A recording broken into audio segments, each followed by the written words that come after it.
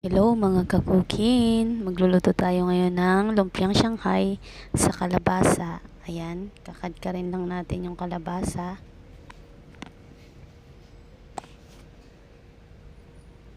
Gamit dito tayo ng bawang, sibuyas, tsaka egg, salt and pepper. Haluin lang natin.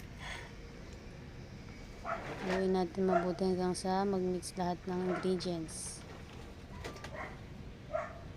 Ano siya? I-drain pala yan after Tapos yan, babalutin na natin ng wrapper. Yan, nasa sa inyo kung gaano kalaki yung sukat na ano nyo. Tipid Shanghai to mga kakukin, tsaka masustansya.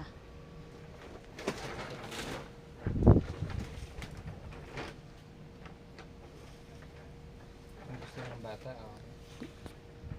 Bagay na bagay ito sa mga anak nyo na hindi kumakain ng gulay, mapapakain sila ng gulay.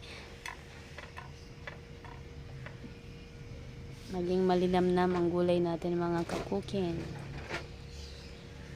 Siya, pipituin na natin siya hanggang sa mag golden brown.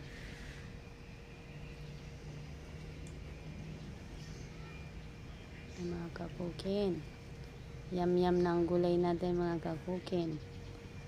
Pwede na siya sa ating mga kiddos na hindi mahilig sa gulay.